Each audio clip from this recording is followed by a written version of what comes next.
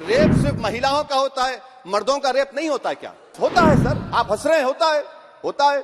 आपकी हंसी इस बात का इकरार है कि आप जानते हैं किसका हुआ है। कार्ल मार्क्स ने कहा था sir, history repeats itself first as a tragedy, second as a farce. याद रखिए, जिंदगियां बर्बाद करने का काम आप कर रहे हैं और सबसे बड़ा इसका नुकसान होगा। आप चेक रिपब्लिक में निखिल गुप्ता बैठा है, लेके आओ ना उसको। कुलभूषण यादव पाकिस्तान में बैठा है, लेके आओ ना। कतर में हमारे फौजी बैठे, लेके आओ ना उनको। आप देखिए कि पेटी केसेस में when the occasion is past, किसका मतलब क्या है? व्हेन द ओकेजन होगा क्या सर? अब आप हम चुनाव लड़ते तो जो हमारा जो पार्टी अपोजिंग रहती है वो कहती है कि इनके 25 लोगों को 50 लोगों को गिरफ्तार कर लो। गिरफ्तार कर लेते मेरे बूथ के एजेंट्स को और बोल रहे व्हेन, उसमें आप लिख रहे क्या है? When the occasion is past, माने पास हो जाएगा पोलिंग के 5 बजे छोड़ देंगे। अरे आप अपना ही हाथ काट रहे हैं अपने आप। याद रखिए, आज आप मुस्कुरा रहे हैं, कल यहां पर बैठेंगे कोई और कर देगा काम आपके ऊपर। अच्छा रेप सर, रेप क्या? रेप सिर्फ महिलाओं का होता है, मर्दों का रेप नहीं होता क्या? आपका प्रोविजन नहीं है क्या? स्टॉकिंग नहीं होती है मर्दों की? अच्छा जस्ट होता है सर, आप हंस रहे हैं, होता है। आपकी हंसी इस बात का इकरार है कि आप जानते हैं किसका हुआ है। तो justice JS Verma sir, justice JS Verma का जेंडर न्यूट्रल बनाइए। अच्छा क्लॉज 69 को, क्लॉज 69 लव जिहाद आ गया। देखिए सर, क्लॉज 6 लव जिहाद आ गया, उसमें बियॉन्ड रीजनेबल डाउट प्रूव ही नहीं कर पाएंगे आप। अब उसमें क्या बताना पड़ेगा? Suppressing identity. यानी अगर कोई महिला मोनू मानेसर चोमू चंडीगढ़ से इश्क करती है, बाद में उसको मालूम होता है कि वो मानेसर का नहीं है, चंडीगढ़ का नहीं है, तो क्या क्लॉज 69 एक्शन में आएगा? आप बताइए कि अच्छा अगर कोई ये कहेगा कि मेरा नाम कुछ नाम है, कई कुछ नाम होता है जो कॉमन नाम होता है मुसलमानों में, दीगर मज़ाहिब में, तो क्या वो सेक्शन अप्लाई होगा?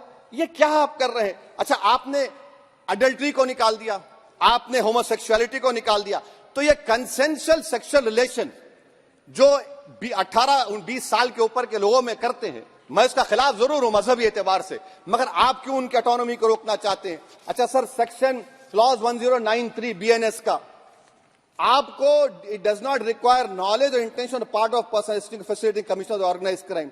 ये मैं 5 मिनट दीजिए सर। बीएनएस का आप सेडेशन पर देख लीजिए, सेडेशन को आपने दोबारा ला लिया। लफ्ज सेडेशन इस्तेमाल नहीं किया आपने। 3 साल से 7 साल आपने सुप्रीम कोर्ट को अंडरटेकिंग दी थी कि प्रोविजन नहीं लाया जाएगा। तो चेयरमैन सर, यहां पर हिंदी के बहुत मशहूर कवि का वो शेर मुझे याद आ रहा है, मैथिली शरण गुप्त का, कि राज्य को यदि हम बना लेंगे भोग तो बनेगा वो प्रजा का रोग, फिर कहूं मैं क्यों ना उठकर हूं आज मेरा धर्म राजद्रोह। कार्ल मार्क्स ने कहा था sir, history repeats itself first as a tragedy, second as a farce. आप क्लॉज 195 1D देखिए, it criminalises the making of publication of false and misleading information jeopardising sovereignty integrity of India. Vague है, यानी जो कोई भी पत्रकार investigative journalism लिखेगा आप उसको इस्तेमाल कर लेंगे और जेल की सलाखों में उसको डालकर आप सड़ा देंगे। सर मैं आपको और एक बात बताना चाहूंगा कि रैश एंड नेग्लिजेंट एक्ट जो आईपीसी में था 2 साल थे, 304, आप उसको बढ़ाकर 5 साल कर दिए 1061 में, बीएनएस 1 में।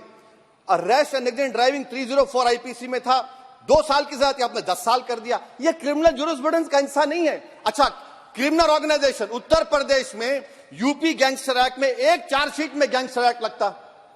सर आप बताइए फिर यूएपीए का क्या होगा, पीएमएलए का क्या होगा, महाराष्ट्र मकोका क्या होगा, गुजरात के कोका क्या होगा? आप ये सब कानून रख रहे हैं और एक पुलिस वाले को आप ये तमाम कानून की इजाजत देंगे? याद रखिए, जिंदगियां बर्बाद करने का काम आप कर रहे हैं और सबसे बड़ा इसका नुकसान होगा। किसका नुकसान होगा? दलितों का, मुसलमानों का, आदिवासियों का। और वो पॉलिटिकल पार्टीज जो कल आज सत्ता में है, कल नहीं रहेंगे, वो बदले की भावना से काम करते हैं। सर मुझे पुलिस ने पीटा सर, 1999 22 दिसंबर को मेरे सर पर 20 टाके लगे, पीठ से लेकर पैर तक मारा गया। आपको मालूम सर क्या हुआ? तेलुगु देशम की सरकार थी, उन्होंने उन दोनों पुलिस वालों को जिन्होंने मुझे मारा था उनको आईपीएस कन्फर कर दिया। अरे चप्पन देके बैठो तुम, प्लीज आप बैठ जाइए। टेररिज्म का देखिए सर, आप बैठ जाइए प्लीज। यूएपीए का सर मैं खत्म कर, टेररिज्म उनको रोकिए sir. Okay please sit down sir. Terrorism का डेफिनेशन में आप देखिए, यूएपीए का सेक्शन